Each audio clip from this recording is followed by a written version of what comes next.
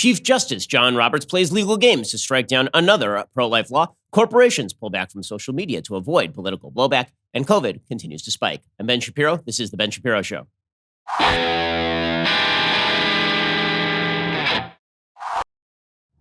Ben Shapiro Show is sponsored by ExpressVPN. Protect your online privacy today at expressvpn.com/Ben. A lot to get to today. First, there's a lot of uncertainty out there right now. You want stability, especially with your investments. A couple of weeks ago, the Dow dropped 1,700 points in one day because of fear. Fear of coronavirus resurgence and fear from the Fed. Gloomy outlook, expected spending of $10 trillion this year to fight the effects of COVID-19. Your grandkids will be paying for this. We are all going to be paying for this. We may be paying for it with an inflated dollar.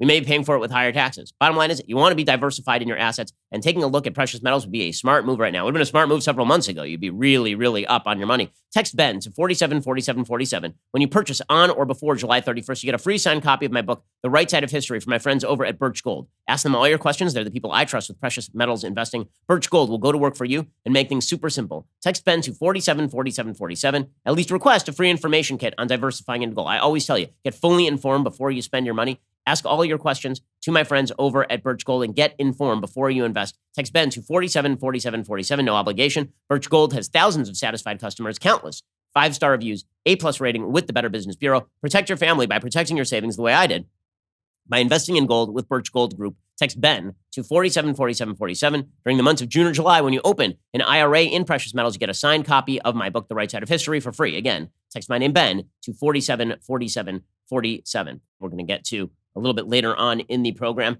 the Elizabeth Warren claim that it is time for all of us to become anti-racist. I'm going to explain the difference between being a not racist and being an anti-racist in the view of people who are on the left, and why it is that they have perverted the definition of racism in order to basically suggest that anyone who doesn't like favored leftist policies is in fact a racist. That's what they mean by anti-racism. We'll get to that. We'll also get to COVID, where, again, the gap continues to increase between the number of identified cases and the number of deaths in the United States. On a day-on-day level, the number of deaths by COVID in the United States continues to decline, or at least remain steady. The idea that we are seeing this massive increase in deaths so far is just not true. It is possible that that death increase will happen. But one of the reasons for this, the vast proportion of people who are getting COVID at this point are people who are young, and those people are not dying of COVID. The hospitalization rates are rising. They're not rising so dramatically that they have overwhelmed the system. You would have expected, given the positivity rates that we've been seeing in states like California, Texas, Florida, Arizona, the systems already would have been swamped. That, in fact, is not what is happening. What is happening instead is that a huge number of people are asymptomatic. It is also possible a lot of people who are coming in for hospitalizations for other reasons are being identified with COVID, meaning that they're not coming in necessarily for COVID, but you're being identified as somebody with COVID because you came in for another reason. And so you're hospitalized with COVID, even if you're not ICU. The real question is not really hospitalizations so much as it is ICUs. We are not at the state where we believe that the ICUs are going to be overwhelmed in any of the states thus far. So we'll get to that in just a little bit. First, we begin with Chief Justice John Roberts. So, I hate saying I told you so, except that I love saying I told you so. I only hate saying I told you so when the thing that I told you so turns out to be bad for the country. That thing I told you so about Chief Justice John Roberts. So all the way back, long ago in the hazy memory of yesteryear, back in 2005, when John Roberts was selected for the Supreme Court, I, and perhaps only I, said Chief Justice John Roberts would not be a good justice. There was no evidence he was going to be a good justice. He had no record of textualist or originalist jurisprudence. He was basically just a guy. He was a guy recommended by some people over at Federalist Society. And my view on judges is very simple. If they do not have a long, clear record of originalism, then they should not be put on the Supreme Court. Now, the left has a very easy test of its own, which is they just ask straight out how their judges are going to vote on things. Right? They will just ask straight out if their judge is going to vote to uphold Roe versus Wade or is going to overturn Heller versus DC. They'll just ask these people straight up because the left is honest about its own justices and what they want from them. They don't want any sort of interpretation. They just want the leftist policy points. People on the right, however, play this game where we can't ask those questions. It's just not civil. It's just not good. And if we ask those questions, then maybe Democrats will get mad. Well, that does show the bad faith of Democrats, because the simple fact of the matter is that people like Ruth Bader Ginsburg fly through the Senate, even though it is perfectly obvious she's going to be a wild leftist judge. Same thing with Justice Sonia Sotomayor. Same thing with Elena Kagan. It is perfectly obvious that these people are going to be wildly to the left. And Republicans will say, okay, yeah, but they're qualified, so we'll vote for them anyway. Whereas if a Republican, if a justice who's appointed by a Republican were to say, yes, I think Roe versus Wade is a badly decided case, immediately done, right? Immediately toast. So what you end up with is a bunch of quote unquote stealth candidates from Republicans. How many Republican justices have turned out to be failures? on behalf of conservatism or originalism or textualism? A lot, right? John Roberts would be one. Too early to say on Neil Gorsuch. Right? Neil Gorsuch has largely been good, but he was very, very bad on that Civil Rights Act case, which he just rewrote this year. We have seen Justice John Paul Stevens. We have seen Justice Sandra Day O'Connor. We have seen a bevy of justices. We've seen a serious number of justices. Who's the one I'm thinking of? Who was appointed by, it was Stevens and Souter, Justice David Souter, appointed by George H.W. Bush. Right? There's a whole list of Republicans who have been appointing justices, and the justices turn out to be just nebbishes. Democrats hit 100% of the time. When is the last time a Democrat appointed a justice and the justice ended up being center-right? Never. The answer is never. It never happened, ever. It has never happened. It will never happen. And the reason for that is the institutional pressures are very much for justices to be the people who reshape the country from the top down. There's a lot of pressure to do that. So unless you are somebody like Clarence Thomas, who's already been through the wars, there's a good shot that you're going to move. Well, that's what has happened to Chief Justice John Roberts. So yesterday, Chief Justice John Roberts, in an almost unthinkably stupid decision, voted with the left of the court to rule that a law requiring the doctors who perform abortions must have admitting privileges at nearby hospitals violates abortion rights. Okay, now, there was a case just 4 years ago that was basically on the same topic, right? Back in 2016, there was a case in which Texas had a law. The law was that if you're an abortion clinic, you have to have admitting privileges at a hospital. The reason for that is you're doing an abortion, something goes wrong. If you don't have admitting privileges at a hospital, it really gums up the works if you have some sort of emergency and you have to rush the person to a hospital. So the rule in Texas was that within a certain radius, you had to have admitting privileges at that hospital. People who are anti the law said, well, this hurts abortion clinics because abortion clinics very often can't get admitting privileges at hospitals nearby, and therefore the abortion clinic would be put out of business. In Louisiana, there's basically apparently one major abortion clinic, and the one major abortion clinic did not have admitting privileges at any of the hospitals in a 30-mile radius, and so they challenged the law. Okay, now, here's the thing. Every surgery center in Louisiana, every surgery center in Texas has to have admitting privileges at the local hospital. So this would exempt abortion, basically, from a rule that applies to all other surgery centers. And let's be real about this, a DNC, which is an early to mid-stage abortion, as opposed to an extraction and dilation, which is a late-stage abortion. Right? Those sorts of surgeries are surgeries. Right? They are surgeries. And so having admitting privileges is a good thing for the notion that this law is patently on its face a violation of the state's ability to restrict how medical procedures are done is, of course, very, very silly. Okay, so you know who used to feel this way? Chief Justice John Roberts. Back in 2016, he voted the other way on the Texas law. So it was a 5-4 decision in that case in favor of striking down the Texas law. He wrote a dissent in that case. He sided with the dissenters in that case.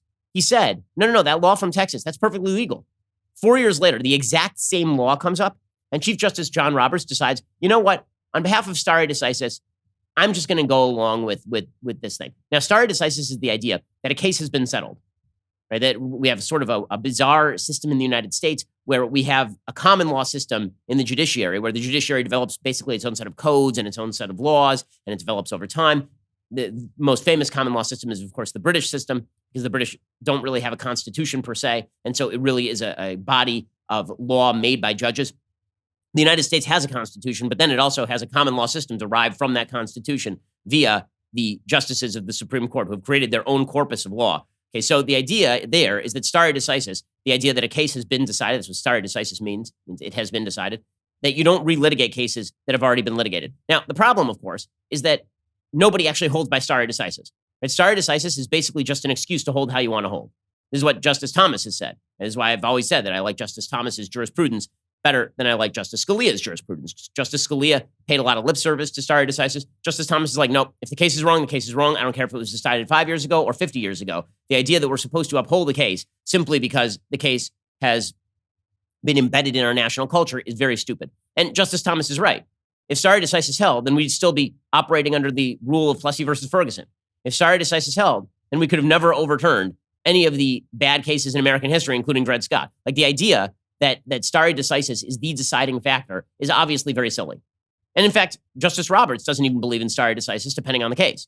He has been on the majority side of overturning several long-standing precedents in the United States while he's been on the court. So stare decisis saying, well, it's already been decided. That would only apply if you were actually consistent in your application of stare decisis, but Justice Roberts is purely not. So basically, he just decided, you know what? I don't want to have a big abortion fight, so I'm going to go along with the left. And that is the guiding theme. Every justice sort of has a guiding theme. The guiding theme to Justice Roberts is, I don't want controversy, but I'm going to create it accidentally because I don't want controversy. That is nearly every Justice Roberts decision. Right? Nearly every on Obamacare. I don't want controversy over striking down Obamacare. I don't want to be responsible for striking down what is clearly an unconstitutional law. So instead, I'm just going to say that it is kind of unconstitutional, but I'll rewrite the law. So now it's magically constitutional to avoid controversy. And of course, now he's plunged face first into controversy. He did the same thing yesterday on a Consumer Finance Protection Bureau case, where he could have struck down the entire Consumer Finance Protection Bureau as an unconstitutional scheme, which it is. I'll explain in a minute. Okay, but he didn't. Instead, he split the baby. He's like, okay, well, there's part of it that's unconstitutional, but we'll just rewrite the law so now it's constitutional, and plunged himself face first into controversy. This is what he's constantly doing. He's constantly doing things. He voted the wrong way on the Civil Rights Act case, suggesting that transgender identity and sexual orientation are protected by the Civil Rights Act of 1964 when clearly they are not. He voted with the majority in that case. The only time he ever votes with his supposed principles is when he's in the minority. I've yet to see Justice Roberts side with a controversial majority decision. It really does not happen where he's the swing vote. Like the guiding light is he will always take the side of the left in order to create institutional stability. Yeah, but institutional stability inherently means cave to the left when 4 of the members of the court are on the left, and he votes with the left. And we're going to get to more of this in just a second. He's just a terrible justice. He truly is. I mean, what a botchery by the Bush administration in picking him in the first place. Okay, so Chief Justice John Roberts obviously writes idiotically in this case. I mean, it really is incredible. It really is incredible how dumb this particular decision is from Justice Roberts. So, as Dan McLaughlin properly writes in National Review, Chief Justice John Roberts' lack of courage is damaging the Supreme Court. He says there are times when it is hard to stand up for your principles, to stand against your own party, or both. From judges, we are told, the important thing is to follow, not lead, to have the ascetic self-discipline, to apply the Constitution and laws as written, not to put your own policy preferences above the letter of the law. The right ideas and the right priorities matter more than character. A good brain beats a good heart. The conservative legal establishment has long been particularly enamored of this ideal, the umpire calling balls and strikes, which is important. But this is not the first virtue. An umpire who can be cowed by the crowd will not call the same strike zone for both teams. And that is exactly what Chief Justice John Roberts did. There were 2 decisions that came down yesterday. One is in a case called June Medical, and the other is in a case called Cilia Law. The June Medical case is the abortion case. And again, this is unthinkably stupid, what he did here. He voted the other way on the same case 4 years ago, and now he is saying that because this case was decided 4 years ago, it has become part and parcel of the American jurisprudence and cannot be overturned. Now, the basic rule, by the way, on stare decisis is the longer it's been in place, the more you don't want to overturn it because there's so many institutions then built on the decision. Now, that does not stop the court from stepping in and overturning hundreds of years of precedent in America when they have felt the necessity to do so. I mean, you'll recall that just a few years ago, the Supreme Court decided on the basis of no history whatsoever that same-sex marriage was mandated by the Constitution, right? I mean, overturning literally not just centuries of law, but millennia of Western canon. But stare decisis only matters when the Supreme Court says it matters. So as Dan McLaughlin says, in June Medical Services LLC versus Rousseau, Justices Clarence Thomas, Samuel Alito, Brett Kavanaugh, and Neil Gorsuch would have upheld that Louisiana law. Chief Justice Roberts sided with the court's 4 liberals, claiming his hands were tied by precedent. In the 2016 case, Whole Women's Health versus Hellerstedt, the court ruled 5-3 against a Texas abortion law that required abortion providers to have admitting privileges at a hospital within 30 miles. States routinely impose such requirements on the practice of medicine, especially invasive or surgical procedures. As Justice Gorsuch observed in that case, the Louisiana law, or in this case, tracks long-standing state laws governing physicians who perform relatively low-risk procedures like colonoscopies, LASIK eye surgeries, and steroid injections at ambulatory surgical centers. The court, in both of these cases, the 2016 case on the Texas law and the case yesterday on the Louisiana law, ruled, quote, that unnecessary health regulations that have the purpose or effect of presenting a substantial obstacle to a woman seeking an abortion impose an undue burden on the right to an abortion. But what the court defines as an unnecessary requirement would be uncontroversially legal for any other medical procedure under the sun. And of course, there is no constitutional right to abortion. It just doesn't exist. Now, normally, if you vote one case 4 years ago, one way, you don't switch and vote the other way in the exact same case 4 years later. But Justice Roberts gave the liberals the deference they would not apply themselves, writing, I joined the dissent in Whole Women's Health and continue to believe the case was wrongly decided. The question today is not whether Whole Women's Health was right or wrong, but whether to adhere to it. The legal doctrine of stare decisis requires us, absent special circumstances, to treat like cases alike. Except for the fact that the Whole Women's Health decision overturned a prior decision that had already said the opposite. Right? The 4 liberals allowed a do-over in the Whole Women's Health case. Justice Alito pointed out that the Whole Women's Health decision disregarded basic rules that apply in all other cases. Stare decisis is supposed to promote stability in law by adhering to consistent and predictable rules, But the opinion striking down the Louisiana law didn't do any of that stuff. Roberts didn't join the majority opinion, which was written by Justice Breyer. But by joining its outcome, he prevented the court's conservatives from doing anything to keep the court from constantly rewriting its own rules. This is the point that is being made here by Dan McLaughlin in National Review. Abortion law is governed by a 1992 decision called Planned Parenthood versus Casey, one of the worst cases in Supreme Court history, in which the court declared that people have a right to define the world and the universe for themselves. I mean, I'm not kidding. That's actually the language of the decision. As Roberts noted, Casey asked whether an abortion law imposed an undue burden, but the court in Whole Women's Health and the plurality today changed the rule to make it a balancing test that reviews the pros and cons of the law.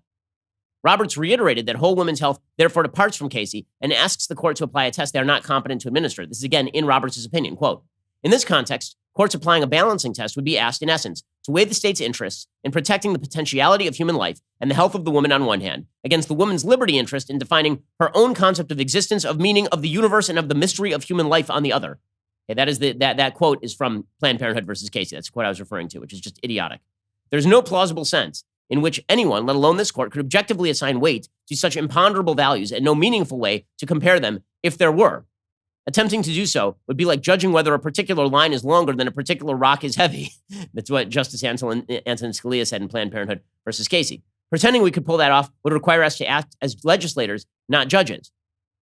We have explained the traditional rule that state and federal legislatures have wide discretion to pass legislation in areas where there is medical and scientific uncertainty is consistent with Casey, right? That last line is pretty poignant. Okay, but Roberts joined the majority opinion. He joined the majority opinion, which is insane. So he basically demolished the majority opinion, and then he joined the majority opinion, which is crazy towns. Okay, that is one thing that Roberts did yesterday. He ruled in a second case in which he saved the Consumer Financial Protection Bureau. So for those who don't know, the Consumer Financial Protection Bureau was a piece of government machinery created independent of the executive branch of the government. The head of the CFPB could not be fired. Their basic idea, they were empowered with overwhelming powers, incredible powers. I've talked about it on the program before. Incredible powers to oversee business in the United States and find businesses and investigate businesses. And the head of it was not answerable to the executive branch, which means that it violates the separation of powers because you either work for the legislature or you work for the executive or you work for the judiciary. There is no unaccountable fourth branch of government. The CFPB set up the head of the CFPB so the person could not be fired. Okay, so this comes up before the court. And what does the court do? They uphold the presence of the CFPB by basically saying, okay, you know what? We understand that the head can't be fired, but just because the head can't be fired doesn't mean that we can't make him fireable by the president. So we're just going to rewrite the law wholesale. So basically the same thing that Roberts did in Obamacare, where he declared that a tax that a fee was actually a tax, right? He just rewrote the law in order to save the law. So he did the exact same thing yesterday, joining a 5-4 majority. As Dan McLaughlin says, in the second case, Celia Law versus Consumer Financial Protection Bureau, the Chief Justice wrote the court's opinion declaring that Congress in the 2010 Dodd-Frank Act had violated the separation of powers by placing the CFPB's head beyond the reach of presidents to remove at will. It's an epic embarrassment for Elizabeth Warren, who designed the CFPB, and for President Obama. But Roberts pulled up short of concluding that an agency created in violation of the Constitution lacked the power to compel the citizenry. So they could go ahead and continue operating as normal. We're just going to make the person fireable by the president. If Congress passes an unconstitutional statute, generally, you strike it down unless there is a severability provision, right? Severability provision is a provision in law that says you can carve off this portion of the law and you can declare it invalid. And if you do that, then here's our backup plan. Congress didn't do any of that. So Roberts just did it for them. Roberts just said, okay, fine. You know what? We're just going to make this person fireable by the president, and then we'll just preserve the law. So Roberts is just doing the work of the left at this point. Now, Dan McLaughlin is more charitable. He says it's a mistake to compare Roberts to past Republican appointees because unlike William Brennan or John Paul Stevens or Souter or Earl Warren Burger or O'Connor, he actually is good at his job. He's just weak. But I don't actually buy that. Weak is still left. Okay, if you vote with the left, you're with the left. Okay, there is no kind of halfway point here. So once again, what this demonstrates is that if you are relying on the Republican Party to save you by appointing Supreme Court justices who are on the right, Supreme Court justices can help a little bit, but can they overwhelmingly preserve your rights? No, and Republicans are simply not willing to appoint the kind of people who will preserve your rights by asking them the honest and open questions they need to be asked before they are appointed to the Supreme Court. We'll get to more of this in just 1 second. First, let's talk about the fact that the Second Amendment, pretty important right now. So we've got an entire class of people in the United States who have decided that it's time to defund the police. And then they've also decided that it's time for you not to have a gun. Only the police should have guns. Well, that seems like a very, very terrible idea. There's a reason that shootings are spiking in major cities around the United States. And that's a pretty damn good reason for you to be armed. You know who believes in that? Bravo Company USA. Bravo Company Manufacturing builds a professional grade product built to combat standards. That's because BCM believes the same level of protection should be provided to every American, regardless if they're a private citizen or a professional. The people at BCM assume that when a rifle leaves their shop, it will be used in a life or death situation by a responsible citizen, law enforcement officer, or a soldier overseas. And with that in mind, every component of a BCM rifle is hand-assembled and tested by Americans. The people at BCM feel it is their moral responsibility as Americans to provide the tools that will not fail the end user when it's not just a paper target, but somebody coming to do them harm. BCM also knows that making reliable, life-saving tools is only half the story. The company also works with leading instructors of marksmanship from top levels of America's Special Ops Forces, from Marine Corps Force Reconnaissance to U.S. Army Special Operation Forces, connecting them with other Americans. These top instructors will teach you the skills necessary to defend yourself, your family, or others. If you're trying to protect yourself, having a gun that works is definitely a really important thing, protecting your rights. Learn more about Bravo Company Manufacturing today. Head on over to my friends at BravoCompanyMFG.com. You can discover more about their products, special offers, and upcoming news. That is BravoCompanyMFG.com. And if you want to see even more about them, check them out at YouTube.com/Bravo Company USA. Macho dudes standing up for American rights. Go check them out. Bravo Company USA. Go check them out right now. BravoCompanyMFG.com. Okay, so bottom line is with Justice Roberts, like so much of the rest of the court, if you're unwilling to stand up for the right principles, then those principles will be pulled away right in front of you. And it does underscore, something I talk about. I have a brand new book coming out called How to Destroy America in 3 Easy Steps. And I talk about a couple of different things in the book. I talk about our philosophy of rights, right? The philosophy that springs from the Declaration of Independence and is encoded in the Constitution. I talk about that. But I say it's not enough to have a philosophy of rights, because the fact is you can't rely on legality to save you. It's important that a country have a culture of rights. What I mean by that is that we all in our daily lives rely on each other to respect our rights to do things, right? We have to have enough. We have to have enough respect for our neighbors that we allow our neighbors to do things that are within their rights, even if we disagree with them. And that is something that is falling away incredibly quickly in the United States. And here's the thing. The Supreme Court and the law tend to follow the culture. So if the culture becomes incredibly censorious, if the culture decides that certain types of speech are no longer allowed, it is only a matter of time before there are justices on the Supreme Court appointed presumably by a Democrat or a weak-kneed Republican. And those justices start maintaining that, for example, hate speech regulations don't violate the First Amendment of the United States Constitution. It's only a matter of time until that happens. And it's going to be called wild and crazy to say such things. But the reality is we've had such laws promulgated in states across the United States on college campuses. Right? There are all sorts of regulations on college campuses that patently offend the First Amendment and that have been at the very least sort of overlooked by court systems. Right? In foreign countries like the UK or Canada, there are hate speech regulations on the books, and you are seeing increasingly a push for such sort of regulations in the United States. Now, that will follow a cultural push to cast out everybody who disagrees with you. Now, the entire model of free speech, of liberal free speech, classical liberal free speech, is the idea that a marketplace of ideas is a good thing. That typically you want people to be able to speak their minds, even if what they are saying offends you, even if what they are saying is wrong or incorrect. Better too much speech than too little speech. That is the culture of rights I'm talking about. The recognition, the ACLU's old recognition, that I hate what you're saying, but I will fight and die for your right to say it. Is there anybody who believes that members of the Democratic Party would do that today?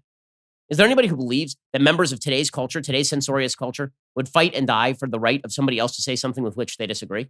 More likely, they would kill somebody who is disagreeing, at least figuratively speaking. At least they would excise them from the American body politic. The culture of rights is falling away. And it's falling away in a variety of ways. It's falling away particularly when it comes to the consumption of products. It's really interesting to see which avenues the fight against a culture of free speech rights is moving. So they're going at the most vulnerable targets. The hard left that is seeking to restrict the ability to perform free speech in America is going after the most vulnerable targets. You wonder why they go after college campuses, where, by the way, there is less offensive speech on college campuses than anywhere else in American life, at least if you're on the American left. If you're on the American left, these are safe spaces for you. The idea that you're experiencing massive, overwhelming discrimination, racism, brutal right-wing bigotry on college campuses is insane. But those are always ground zero for these sorts of controversies. Why? Because you push where there's mush, in the words of Stalin, right? You always make sure that you're going to find the people who are most likely to cave to you, and that's the people you target. So where does this manifest first? It manifests first on college campuses, where hate speech regulations are promulgated and where you see college administrators bowing to the whims of a mob and declaring that people who say perfectly inoffensive things ought to be cast out of their jobs. Right? This is how you get Brett Weinstein getting tossed out of his job over at Evergreen State College for the great crime of saying, I'm not going to stop teaching today just because of the color of my skin. That's literally a thing that happened at Evergreen State College. Right? So it starts at college campuses. It then moves into the media because all of these college graduates then go work at the New York Times. And then they get the op-ed editor of the New York Times thrown out of his job for the grave sin of running an editorial from a sitting United States senator suggesting that perhaps federal troops might have to be used if ongoing riots in American cities are not quelled, which is a majority proposition in the United States. Right? But the idea is that that's threatening and it's bad. So all of the media, because the media are left and apologetic about America's culture of rights, because America's culture of rights, according to the American left, rests on a fundamental basis of bigotry and evil.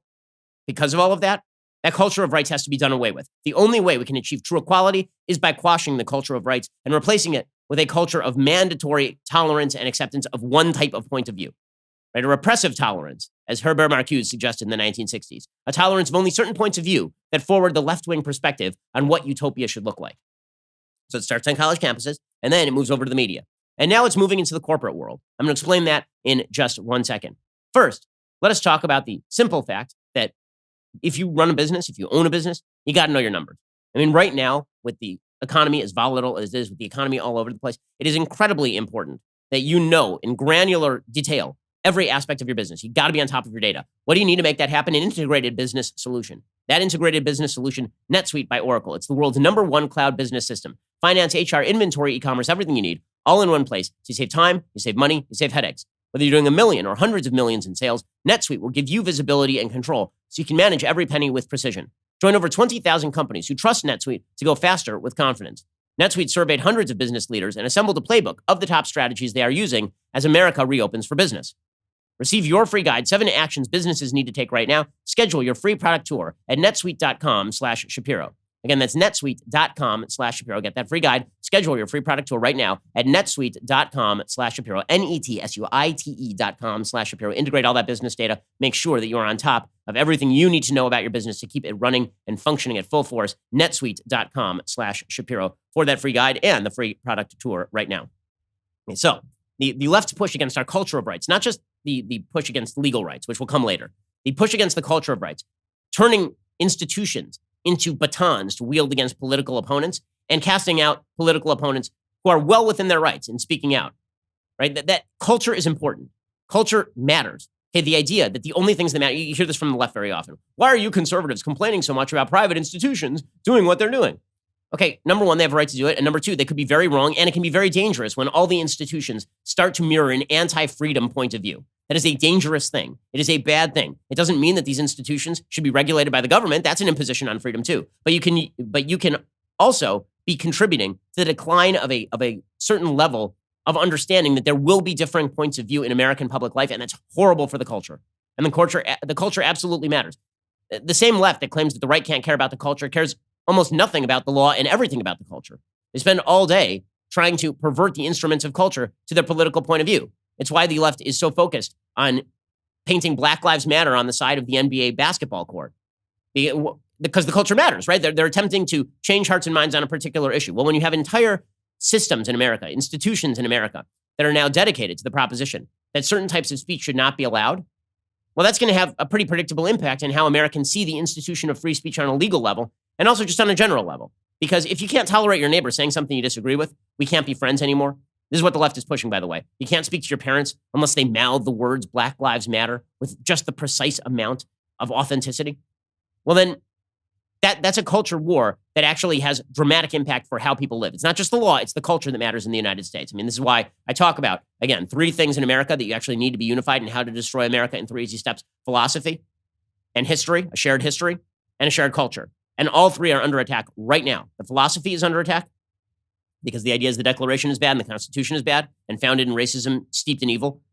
The culture is bad because, again, the culture is drawn from a well of quote-unquote white supremacy. And the history is bad because the history is replete with discrimination and bias and bigotry and evil, right? That is the case of the left. And that results in an anti-freedom culture. That is what the left is pushing right now, all in the name of tolerance and acceptance. And that is what the left is pushing very hard right now. So they started off, as I've said, they started off on college campuses, pushing the administrations on college campuses to shut down people's ability to speak freely and declaring that we'd have free speech zones and that we would ensure that everybody was ensured their safe space where they were free from microaggressions. And we'll teach all the white students about the fact that they're not allowed to say things like, I am colorblind, because that in and of itself is racist. Right? You're not allowed to ask where somebody is from because that could be microaggressing. All that started on college campuses. Then it moved into the halls of the media because the media is a very left institution, and the heads of the media are just ashamed enough of America. They're more ashamed of America and America's history and America's philosophy. They're more ashamed of that than they are attached to the notion of everybody should be speaking freely and more speech is better speech. And they're more attached to certain principles than other principles. And now it has moved on to corporate America. And the reason it's moved on to corporate America is because again, corporate America is a soft target. You're running a corporation. The corporation has one goal: to sell Coke. Right? You're the head of the Coca-Cola Corporation. All you do all day is figure out how to sell Coke to people. And normally you just advertise where the people are. Right? There are a bunch of different platforms. There are a bunch of different places that you can advertise Coke. And frankly, you don't really care, right? You're putting up billboards. You just want to see what the ROI is. What is the return on investment? Well, let's say that you're getting a pretty solid return on investment by advertising, for example, on Facebook.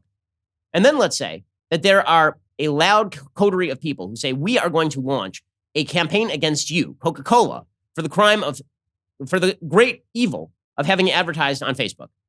Right? We're going to launch a boycott against Coca-Cola. Now, you have two choices. One is you can say, okay, go for it, right? Enjoy.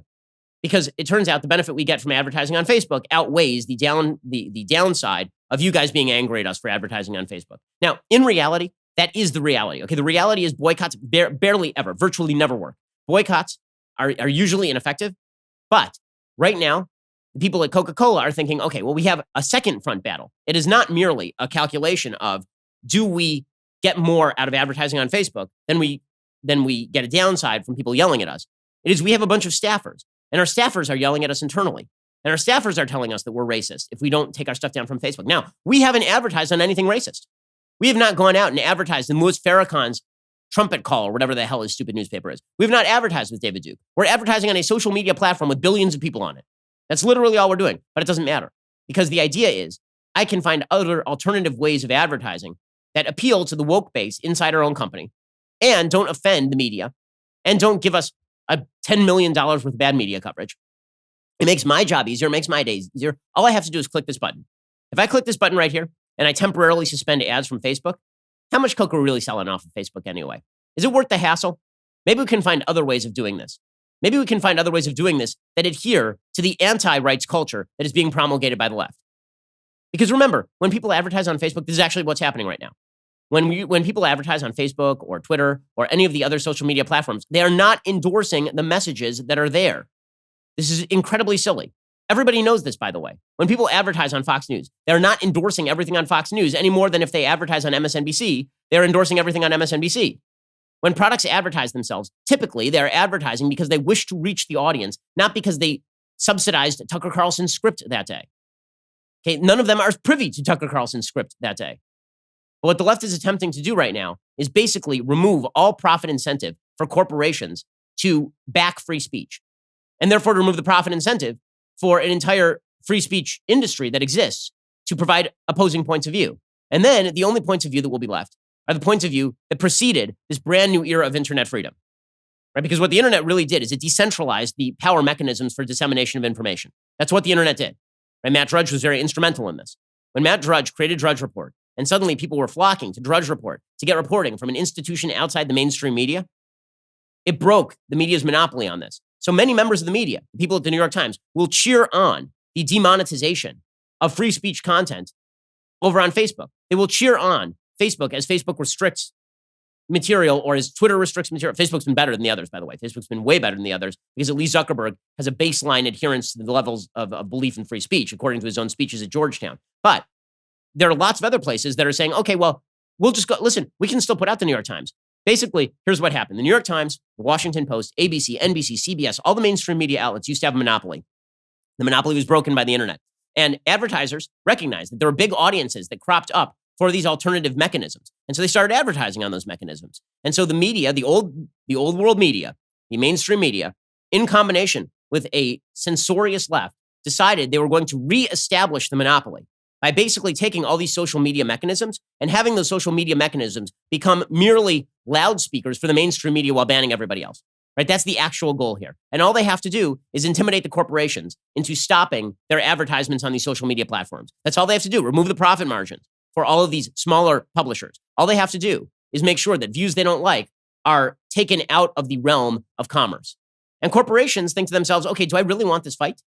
Is this like, if you're a corporate middle manager in marketing, do you really want to spend your day being inundated with emails from supposedly angry people who are on a listserv? Is that something that you want to do? Do you want to find yourself canceled tomorrow?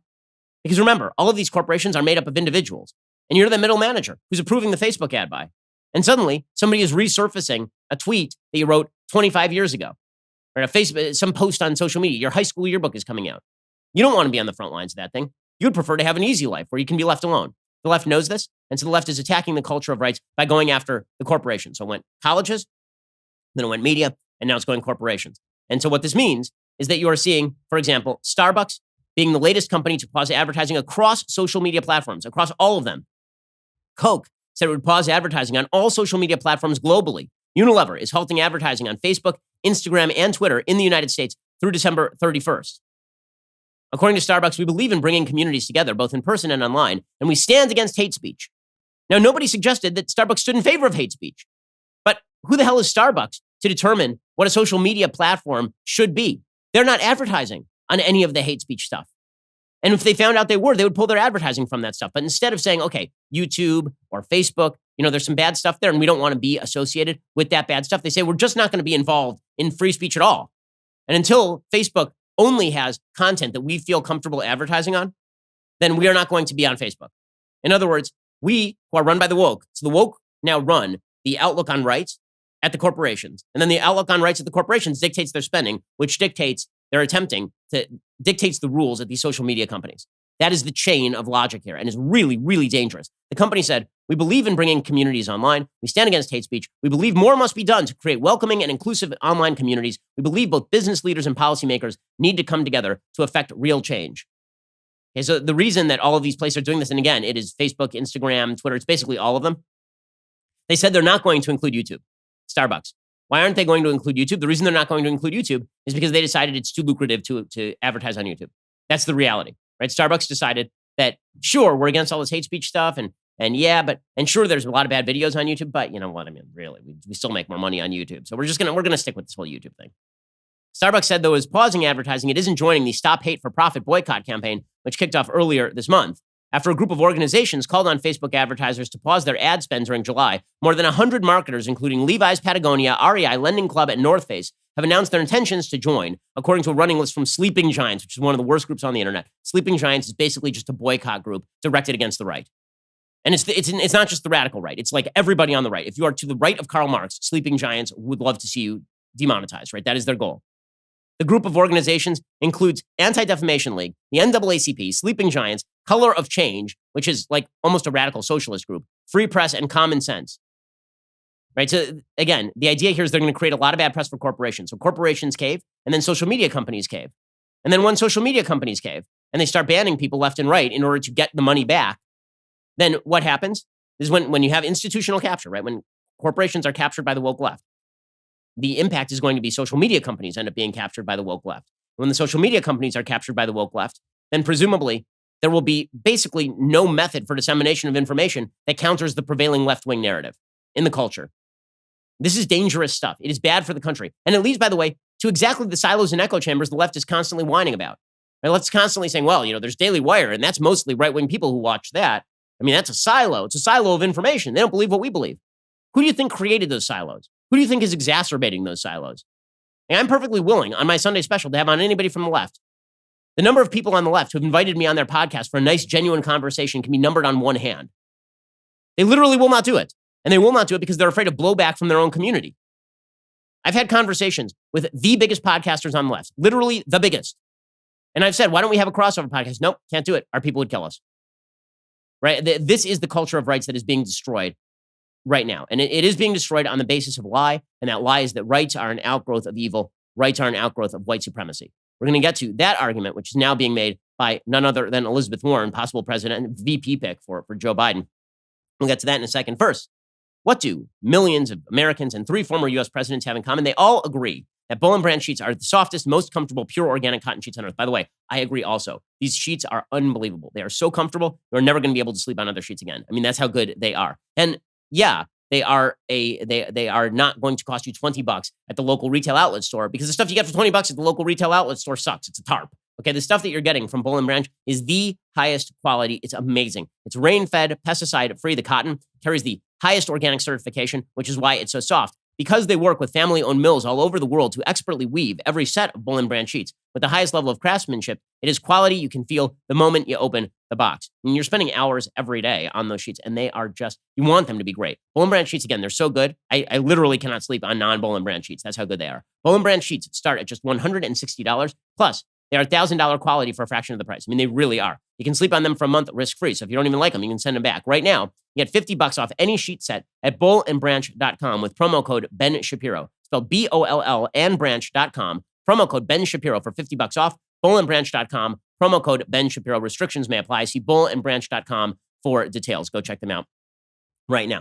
Okay, we're going to get to the censorious culture and the outcome of this and where it is coming from. Right? What is the new philosophy that is backing the culture of censorship that is now being caved into by corporations? We'll get to that in just 1 second. First, if you're not already a Daily Wire member, you should consider getting a reader's pass to dailywire.com. It is a great value for only $3 a month. When you sign up, you get that first month for only 99 cents. You also get access to our mobile app, articles ad-free, access to exclusive editorials, like a really important one I've got out right now over at Daily Wire, 11 leftist myths about American history. You can go check that out, but only if you're a subscriber. If you haven't checked out the Reader's Pass already, head on over to dailywire.com, sign up for just $1. And again, make sure that you go pick up a copy of the book that I've been talking about. It's not coming out till July 21st, so you still have a little bit of time to pre-order, but it is flying. I mean, it is flying. I mean, let's just say that this book is going to sell. It's going to sell out very, very quickly. Go check out dailywire.com/Ben to pre-order my book, How to Destroy America in 3 Easy Steps, which is the topic of the day. I mean, that is what is happening. Go check it out right now, dailywire.com/Ben. You're listening to the largest, fastest growing conservative podcast and radio show in the nation.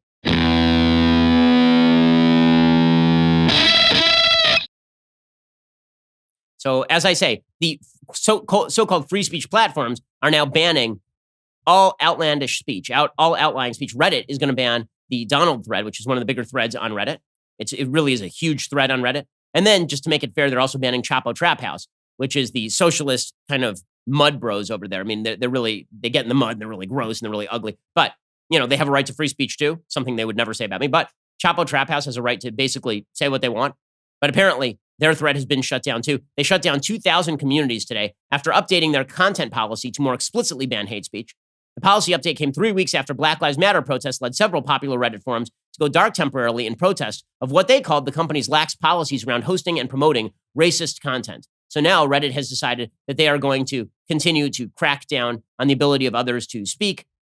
I mean, the Reddit CEO Steve Huffman said, quote, "I have to admit I've struggled about balancing my values as an American and around free speech and free expression with my values and the company's values around common human decency." So this is where the rubber meets the road. Here's the reality. There is an Overton window, right? These corporations are not the government, right? They are allowed to have certain limits as to what they will allow. But if your belief in common decency is basically you just agree with the policy preferences of the left, if common decency means you agree with the left, and that is what is coming into conflict with free speech and free expression, then free speech and free expression are no longer existent. Again, the rule should be, unless it is something that, if I were running a corporation here, right, like a free speech corporation, not an ideologically driven one that is purely mine, like Daily Wire. If I were running a platform like Reddit, my rule would be, unless you are violative of law, right, unless you are violative of open, like straight abuse, then you get to stay on. And you can say ugly things, you can say terrible things. Because guess what? That is the world we live in. And you have to trust at some point that people are going to rise above that, even if they see that content. There's also this basic notion out there that if you ever see a bad piece of content on the internet, you are forever scarred. It's absolute crap, okay? I've seen more bad content about me and my family on the internet than probably any living human being, okay? And I can promise you, you're not permanently scarred by this stuff. You're fine. You're going to be okay. Generally speaking, you will be okay. Speaking as somebody who, again, has received probably more hatred online than nearly any other living human being on planet Earth. Okay, but that statement says it all. So the question, of course, is how do you define your common human decency? And for the left, common human decency means agree with us. So if it's agree with us, and we have to balance agree with us and free speech, agree with us inherently says no free speech. Agree with us, and you must agree with us, is exactly the repressive tolerance. I've mentioned it earlier on the show. Philosophy professor from the so-called Frankfurt School of Philosophy, sort of a Marxist school of belief, named Herbert Marcuse. He was most famous for coining the phrase "make love, not war" back in the 1960s, but he was also very famous for an essay that he wrote called Repressive Tolerance, in which he suggested that true tolerance can only be achieved by preventing the full flowering of rights. That if there are too many rights, all that means that you're reinforcing hierarchies of power, because all you're doing is allowing people who are bad to speak. Those people who are bad are in charge of the system, and therefore you have to stop them from speaking in order that the system can be overturned. So you actually need is repressive tolerance, that is to say, tolerance of opinions from the left, but no tolerance of opinions from the right. And this is what's happening on the social media platforms right now. And they're starting with people who are by all rules bad, right? They're starting with people at YouTube, by the way, they just banned, for example, Richard Spencer. They're starting with people who everybody agrees are garbage. And then they're moving very quickly into the realm of people who are edgy, but not Richard Spencer. Okay, and that is where they are moving. So Reddit's new policy begins with the first rule that requires users to consider the human. It says, remember the human. Reddit is a place for creating community and belonging, not for attacking marginalized or vulnerable groups of people. Now, again, that is so vague that is virtually meaningless, except it just means we now have an excuse to ban anyone we want. Because what does it mean? They don't mean that you're going to say something overtly racist about Black Americans, for example, which, again, I understand that being banned. What they mean is that if you say anything, like there was a person who was just banned on Twitter for saying men are not women. That's the second person I know of who's been banned for saying men are not women. Well, I hate to break it to you, but men are not women. Is that attacking a marginalized or vulnerable group of people saying men are not women? Like the vagueness of the policy is where the death of free speech lies, at least in the culture, And again, I'm perfectly happy to make the distinction between the culture and the legal. But as I say, the culture predates the legal. And as the culture degrades, the legal will quickly follow. So what is the latest excuse for this? Why is this all happening right now? It's been on the way for a while, right? I mean, I've been talking about this on college campuses since probably 10 years. I was doing speeches on the death of free speech on college campuses way back in 2015. But it's broken out on the surface again, obviously, because of the Black Lives Matter protests. So why? Why does Black Lives Matter have to be an attack? Why is that being used as a way to restructure America's culture of rights in a great variety of ways? Right? The idea is that why? Let's put it this way: why is cancel culture rising at the same level as the adherence and attention to Black Lives Matter? These should not be apart from one another, right? I mean, you could separate them. You could separate those things, right? You could, and that would be a worthwhile thing. You could take Black Lives Matter, and also people are allowed to express their opinion. Right? They don't have to be tied together, in other words, but they are tied together. Why are they tied together? Because the idea is if you uphold the system of rights that allows for people to speak in ways you don't want, you're reinforcing hierarchies of power, and therefore the rights have to be shut down. Parroting this message in a rather sophisticated way is Senator Elizabeth Warren from Massachusetts. So yesterday, Warren went to the well of the Senate, and she explained it was not enough to be not racist. You have to be anti-racist. I'm going to explain what she means by this and why this sort of language is deliberately vague. And also, the amount of the meaning that it does carry is just wrong. It is morally wrong. Here is what Elizabeth Warren has to say about racism. Being race conscious is not enough. It never was. We must be anti-racists. Removing the names, symbols, displays, monuments, and paraphernalia that honor or commemorate the Confederacy and anyone who voluntarily served it from military property is, in the broader scheme, only one step toward addressing systemic racism in our society. But it is an important step.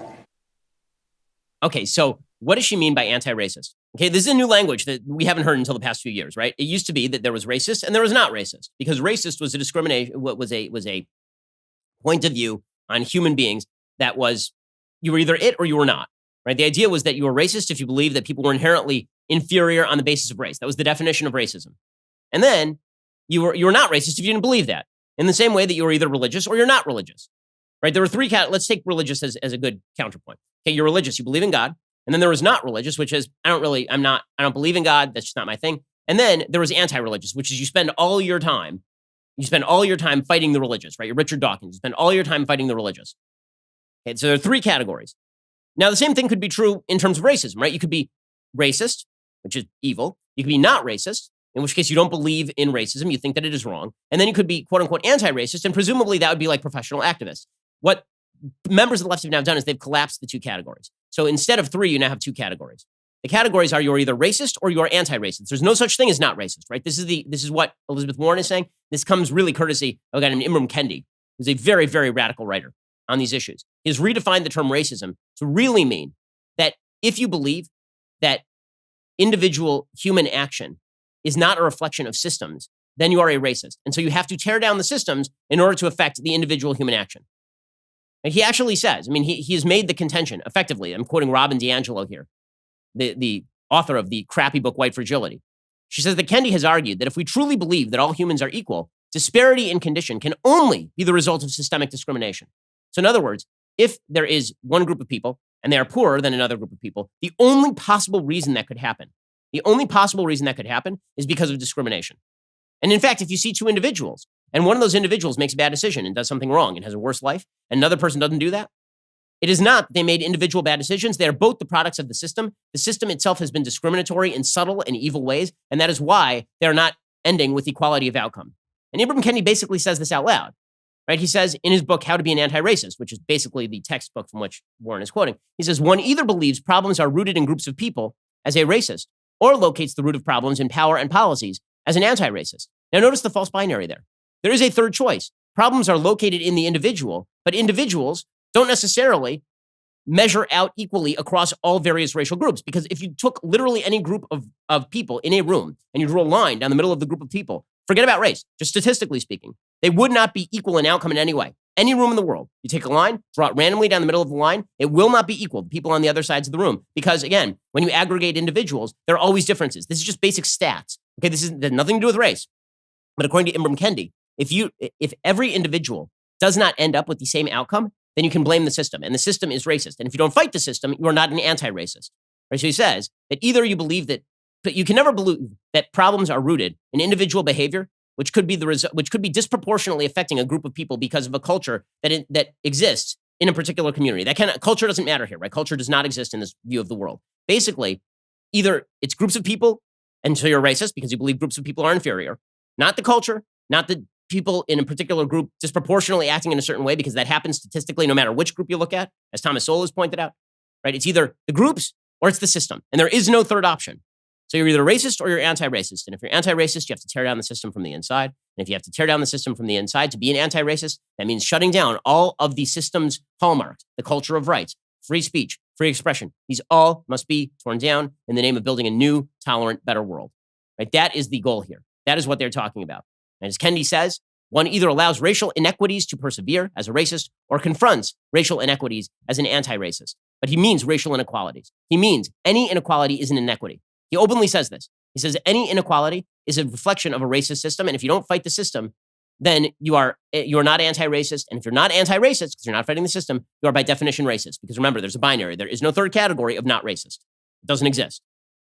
Okay, that is what Elizabeth Warren is talking about. That is why the quote-unquote anti-racist movement driven by people like Robin DiAngelo and Ibram Kendi, that is why they're pushing for the destruction of the system, and it's why you are seeing the push for that movement existing at the same time as the push for more censorship. That is why they don't have to be linked, but that is why they are linked.